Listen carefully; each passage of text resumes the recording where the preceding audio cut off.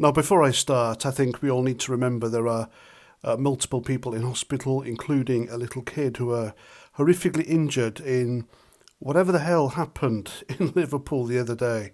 And it was a horrific attack, no doubt about it. There are multiple videos taken by many people using their mobile phones, and you've got everything apart from a clear shot of the suspect. And the whole thing is strange. It really is. I mean, you can't deny that. So yes, I'm diving into that again. I've done a video already, but still, so many questions, folks. Wouldn't you agree? It just doesn't make sense. And this is Britain, 2025, modern Britain, where common sense seemingly goes to die and the powers that be treat us like mushrooms, kept in the dark and fed on, that. And so today's gem comes straight from the police, who told us in no uncertain terms, and I quote, "Do not expect us to release every suspect's ethnicity," end quote.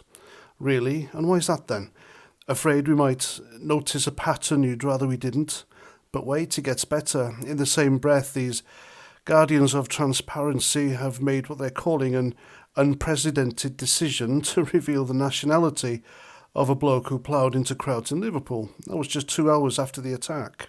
Unprecedented, eh? That's a fancy word for we're covering our backsides because the public's had enough of our stonewalling. I mean, come on, if you're going to play the openness card, don't act like it's some grand act of charity. It's your job to tell us what's going on.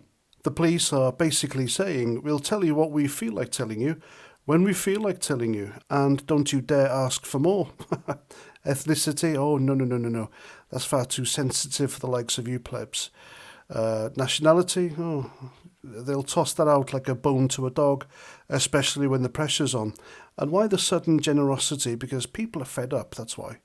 They're fed up with the endless excuses, the selective silence, and the feeling that we're being gaslit by the very people meant to protect us. This Liverpool incident, some nutter driving into crowds, sounds like a proper mess, doesn't it? And the first thing we get is this bizarre dance around details. So if you're wondering why people are cynical, this is it.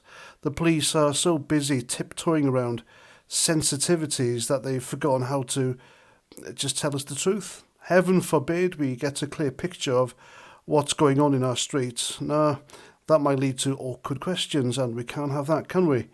Wouldn't want to upset the apple cart of political correctness. And let's be honest, this isn't about protecting anyone's feelings, it's about control. If they drip feed us information, they get to shape the story. Ethnicity's off the table, but nationality, they'll give us that, probably because it's vague enough to keep us guessing. It's like they're playing Cluedo with our safety, isn't it? Was it Colonel Mustard in the library with a candlestick? Or maybe it's just easier to say foreign national and call it a day. Meanwhile, the rest of us are left wondering what else they're not telling us.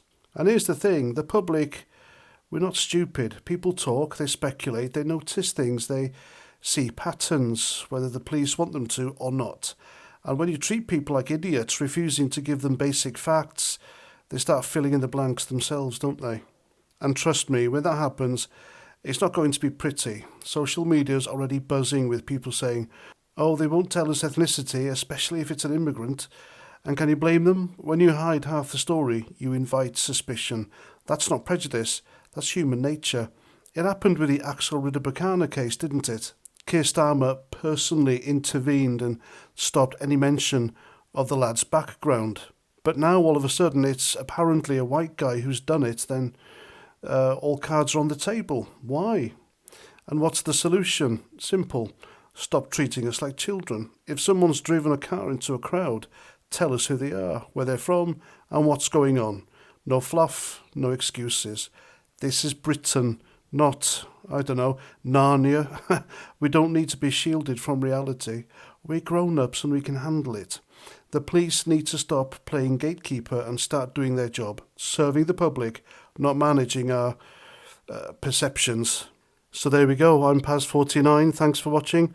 And if you're as sick of this nonsense as I am, let me know in the comments as usual. And if you think the police are doing a fantastic job keeping us in the dark, well, maybe you're on the wrong channel, aren't you?